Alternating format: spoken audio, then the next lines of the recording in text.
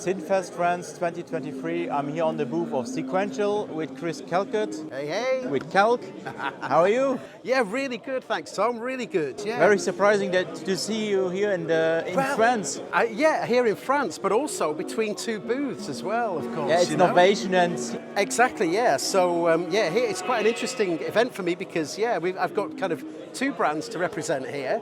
Here with our partners in France with Algam for the innovation side, and also with Adam Audio, which is of course part of the Focusrite group, who also look after Sequential here in France. So running around between booths. And you brought your latest synthesizer from Sequential with Trigon-6. Yep, absolutely. We've got the Trigon-6 here as well. So I mean, it's a real thing of beauty. I think it's a different flavour from Sequential.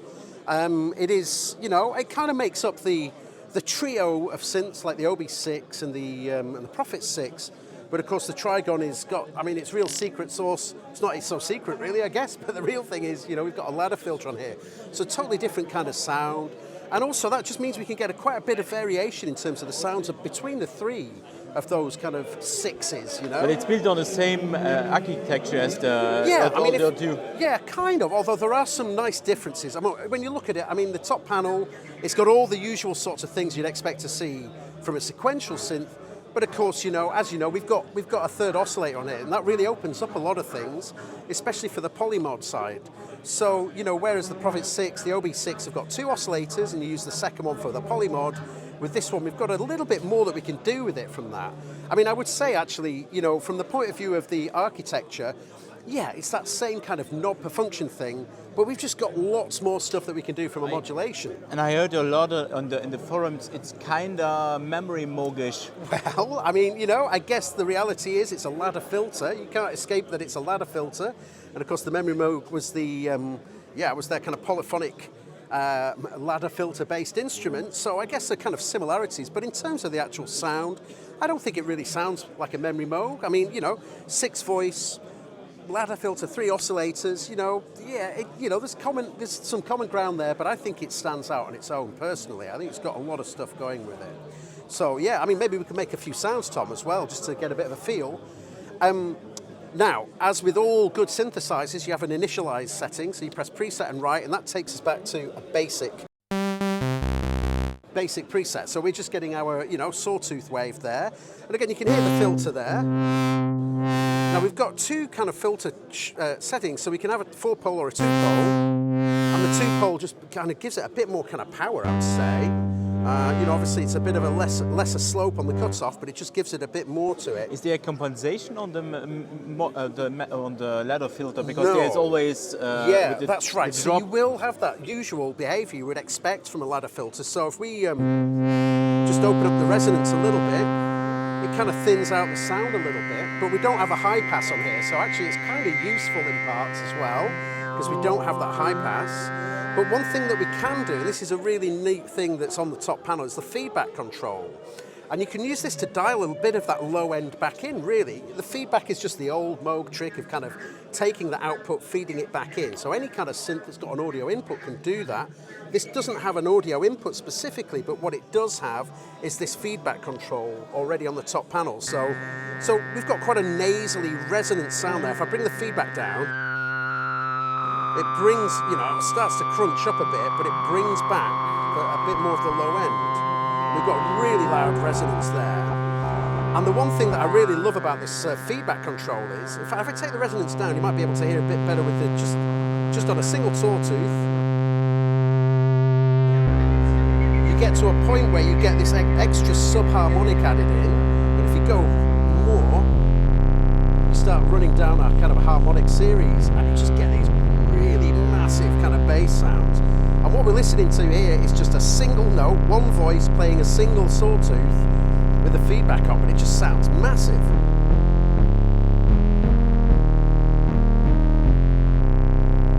So I really like that feedback control that's on there as well. It's just really neat.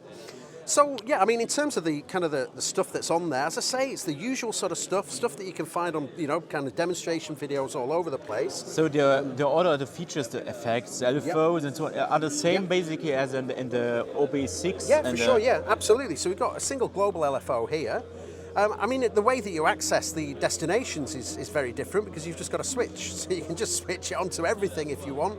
You've got an amount control and there we go. But one of the really nice things that I like on the LFO now is the fact we've got the amp on there. So you can get some nice sort of tremolo kind of sounds with that as well.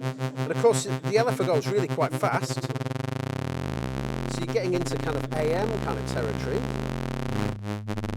with the LFO there as well. So that's pretty neat. But also, that's available on the Aftertouch too, as is the LFO mount. So if I kind of bring the LFO mount down, put the amp on, turn LFO on, and put a good, decent amount of Aftertouch on, you kind of hear that kicking in a bit if I put it on full.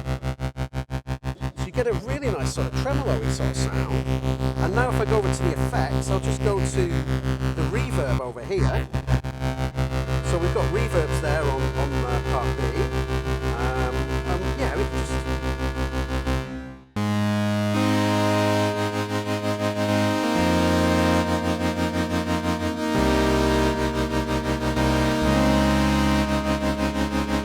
And again, all we're listening to is still a single sawtooth, one oscillator job. And we've got two other oscillators to play with. So, it's already a big sound, but if we start to bring in oscillator 2, we'll put that on a sawtooth as well. You've always got to have a sawtooth sound.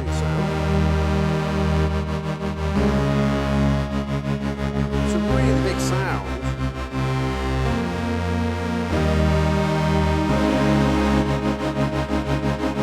So yeah, so the LFO as an Aftertouch destination is nice, and the fact you can put the LFO to the amp is also really nice. But you've also got your effects mix as well. So here, let's just bring the dry wet down a little bit for the reverb. Nice dry sound, but if I start to push into the Aftertouch a little bit with that. Now, of course, when I release, don't get any of that reverb tail. So if I kind of do the other way around, so go negative, put a decent amount of dry wet on there, and then push in, you can get the dry sound kind of coming through as well.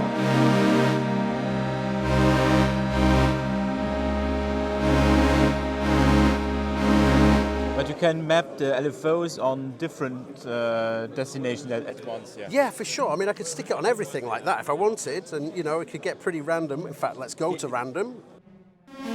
And now we've got, an amount going to absolutely all of the controls. Let's put it on pulse as well. So yeah, that's sounding a bit crazy right now. But yeah, you can do it if you want.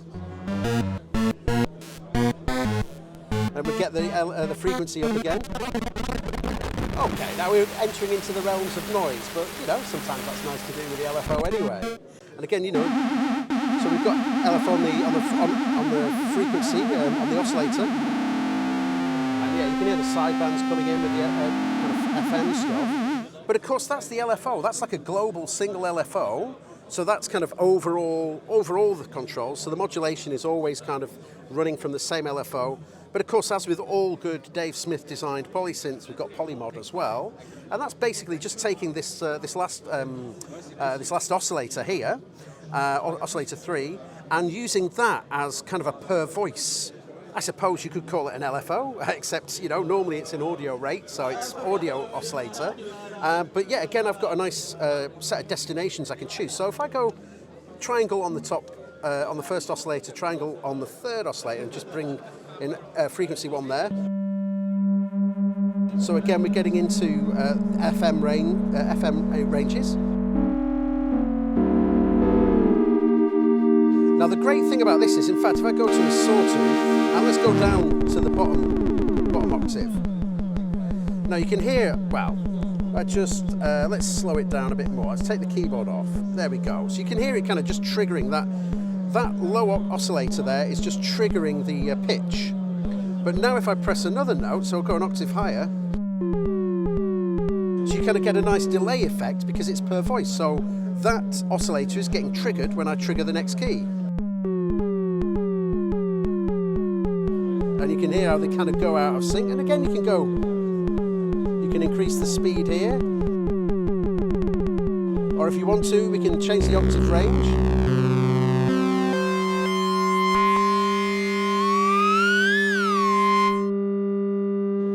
let's get the... So you can get some really interesting stuff using the polymod there.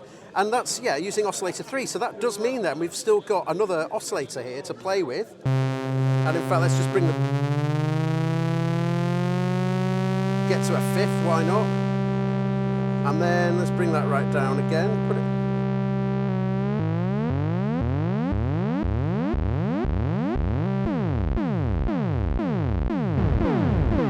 So you just get into some really kind of crazy realms with the polymod stuff going on. And the polymod can go to like all three oscillators, so you can actually frequency modulate itself, which is quite interesting. So if I just, let's bring up the volt, yeah, no, we'll keep on with oscillator 1, so we'll put frequency on that as well.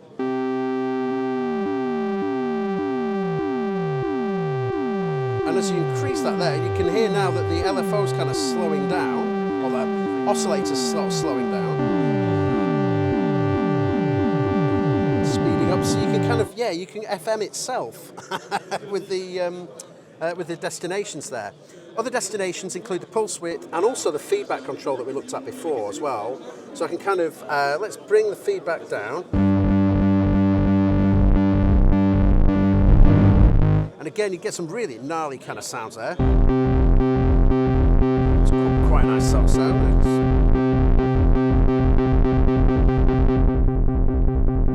So, I mean, it's a lot of fun to play with on the polymod. It's a really quite an interesting way of getting kind of lots of modulation at audio rates or at low rates as well if you want, but using that third oscillator. So with the Trigon you have now the ladder filter, with the OB6 you have the Oberheim. Yes, and the you have filter, and with the Prophet 6 is yeah, it's a Dave Smith filter. So but yeah. What makes for you when a user or a customer comes with you, say what to choose from? What would yeah? Is it for you just a filter? There's no real choice. You just need all of them, Tom. Of course, that's the thing. I mean, obviously, with the OB6, we've got an OB6 desktop just there. That's running a SEM filter. It doesn't self-oscillate, whereas the Prophet 6 and the Trigon-6 have gone to self-oscillation. That's kind of a gentle filter. It's multi-mode as well. Yeah. So you've got your high pass, you've got your notch, and you've got your low pass. And there's a switch to introduce a band pass as well on that. So, you've got maybe you could say it's a bit more variation on the OB6. On the Prophet 6, you've got a high pass and a low pass together. You've got controls for those. So you've got essentially two kind of filter structure. So again, you can use that to create band pass and notch and stuff. With this, it's a simple low pass all the way. But it just has a totally different flavour, It has a really different sound. It's got its own unique character, and so really, that each one of those has its own voice. Even they are very close in the feature sets. They have this distinct sound. All three. I think obviously I've come over to Sequential now that they're part of the Focusrite group, of course. So I'm like a kid in a sweet shop. But I've come, from a background of, helping on the Summit synth and kind of working on that. And on Summit, for example, we've got pretty much everything in there. It's a huge set of modulation controls, huge set of controls that are on there. I come over to Sequential, and all of a sudden it's just like, oh, okay, this is quite a small amount of controls, really. But the difference is, the sound of it is just there straight away. So I mean, again, just back to that single oscillator, stick on the second oscillator, they're VCOs. But they just sound great straight away. Bring in the third oscillator there. Oh, I should talk about the distortion as well. Let's get a bit of release on there. And the distortion's really big. Really gnarly. I love this distortion. And that just sounds so broken but lovely at the same time.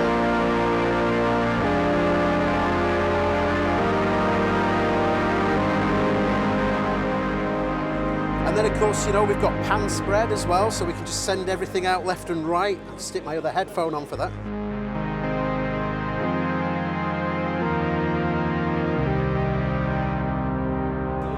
And just immediately, from a bass, that's as simple as you could get for an analog patch, I guess. Three sawtooths and a little bit of cutoff, the starting point for everybody, but it just sounds great straight away. Get get a bit of envelope, filter envelope on there as well.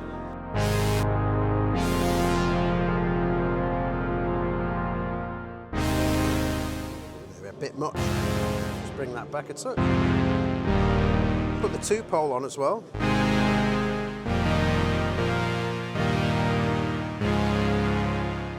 So there's lots of great stuff. And then you got the sequencer as well. I mean, again, the sequencer on all of the 6s, in fact, on pretty much all the sequential instruments, it's really simple and basic to use, but it's really effective. It's polyphonic as well, so I just hit record, and I'll just play in, I don't know, play in a chord, maybe skip a couple of steps, and then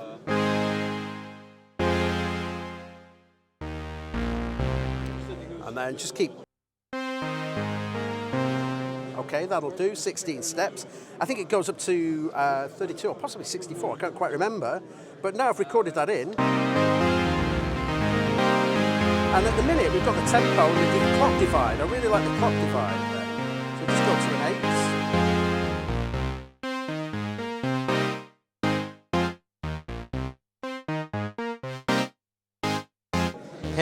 Can you record also parameters inside? Or? No, it's just for notes on the Trigon. Yeah, absolutely. Super simple. But one thing you can do though is you can just simply play over the top. So obviously we've got 6 notes here, 6 voices, and if I've used all of them up, which I have on some of the big chords there,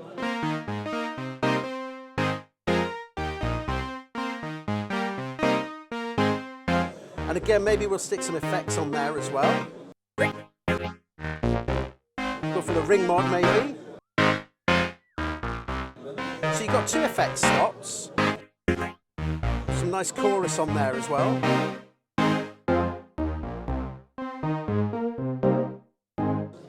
Sounding nice. Let's put some reverb on it again.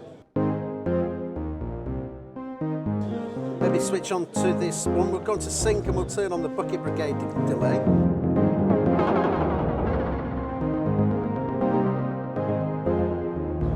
So I mean, again, that's a big sound pretty much straight away. Open up the pan spread. The vintage knob as well. This kind of retunes the panel in a way. Kind of brings in different sort of tuning discrepancies to the oscillators, but also retunes the kind of the envelopes as well, and just kind of reshapes them just to give it that kind of nice old school feel. Let's take the effects off so we can hear. And you know you can hear the differences between the voices there as well.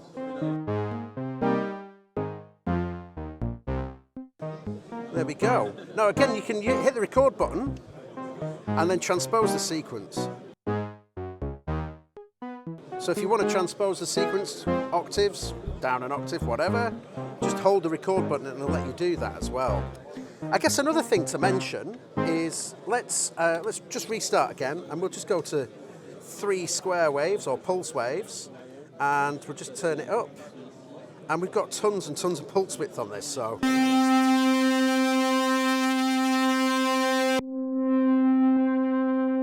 So we can kind of just dial in the sound there using the pulse, and then of course I can just maybe switch in the LFO for that as well. And already we've got again a really nice kind of moving sound, you know, a lot of work's already being done with the sound there. Yeah, and also, you know, I've got the 3 pulses on, but I might want to bring in some triangle as well. And that's just going to basically, it's the same, you know, it's a single oscillator here, oscillator 1, but you can combine the wave shapes as well, so you can get some nice stuff with that too.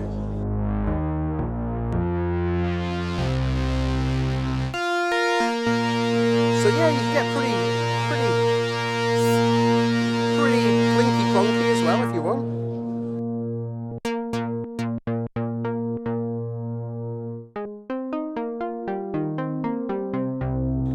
Take those off. So we can get quite nice delicate sort of sounds from this as well. Again, we'll put on some more reverb.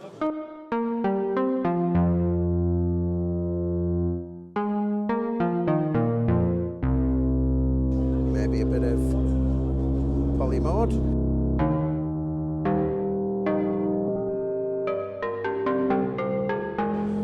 go to some really quite unusual spots with this sort of sound as well.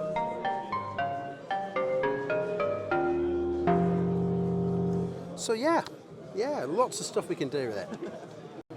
So coming back to the question, so it's more a, let's say, what sound you prefer from the filters? Yeah. Oh, for sure. Yeah. I mean, yeah. When we're getting back to the kind of which one do I go for? So the oscillators are pretty. Yeah. I mean, they're all the same kind of starting point, if you like. You know, the traditional sort of shapes that you would find. But yeah, the real kind of difference, the real personality and flavour that you're going to find on the Trigon is definitely in the filter, but also things like, you know, like the feedback control and kind of the fact you've got a bit more destination to choose from for setting the modulation to as well.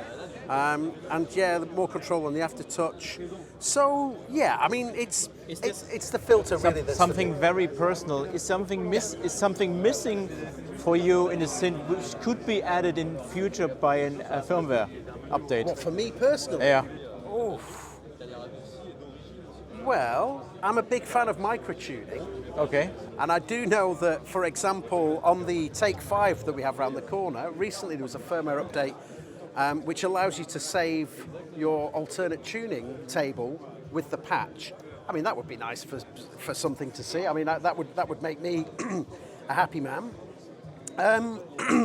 In terms of firmware updates, I mean, it's an interesting one, of course, because it's an analog synth. And it's very, very much an analog synth. Yeah. Sure, there's digital control in here. You know, we've got presets. It has to have the digital control in there.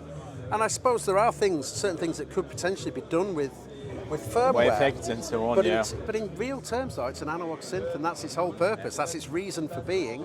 So, you know, you can't really firmware analog circuits too easily. The digital part, the digital brain. Yeah. I mean, it's difficult to say what I would like to see. I mean, as I say, the microtuning thing is something that I'd love to see. You know, the effects there sound great, but again, on the Take 5, there was a new effect added, the lo-fi effect, and having had a play on that, I think it's a really beautiful new effect. So I don't know, something like that perhaps. But yeah, there's not much. And maybe we can see also in the future the Trigon Mega as desktop, where we have the OB6 as desktop, we have the Prophet 6 as desktop. Yeah.